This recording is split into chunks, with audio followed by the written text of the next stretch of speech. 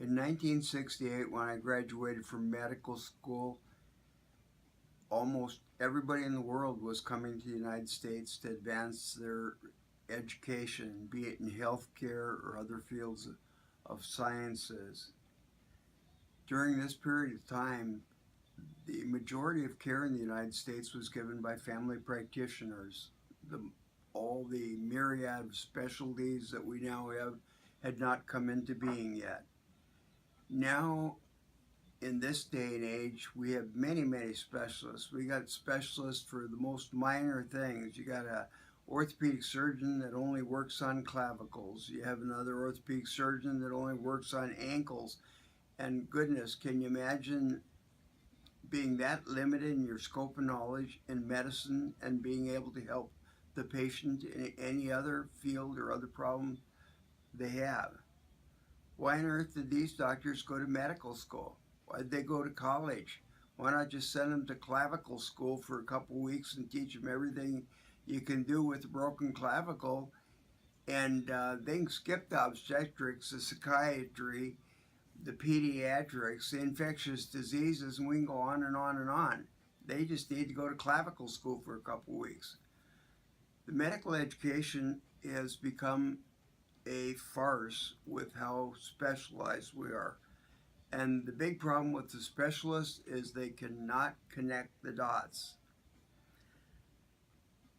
My wife was ill for the past 2 to 3 years, and I lost my wife to our American healthcare system a little over a year ago.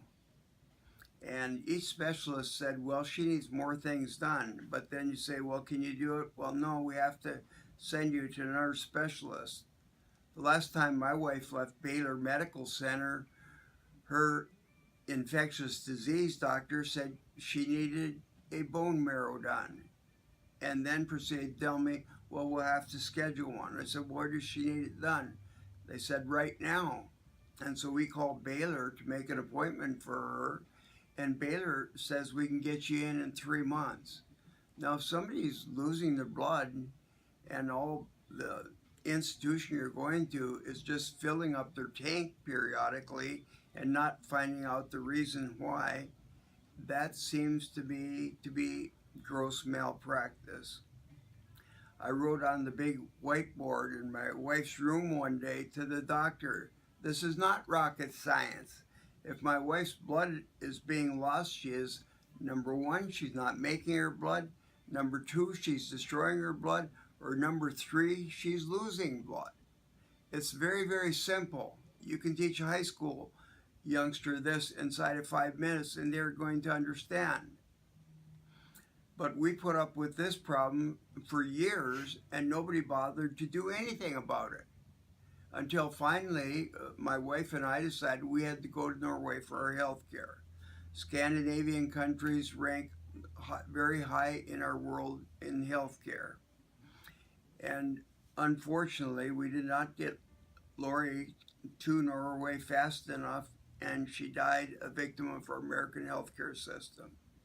And I want to educate all of you so that you know what to do when you have a member that is critically ill. Right now, the best advice I can give you about American healthcare is if you have somebody that you truly love and they're receiving health care in our country, the best thing you can do for them is get them to another country. And I can list 3 countries that I've had care in that will offer you far better care. Africa, South America, Mexico. So take off if you have the opportunity and if it's not an emergency. I will try to continue on with this education for you in future blogs, but God bless you. And on some of these things, I don't mean to sound bitter, but I am going to present you with the facts and hope you will take them as such. God bless you.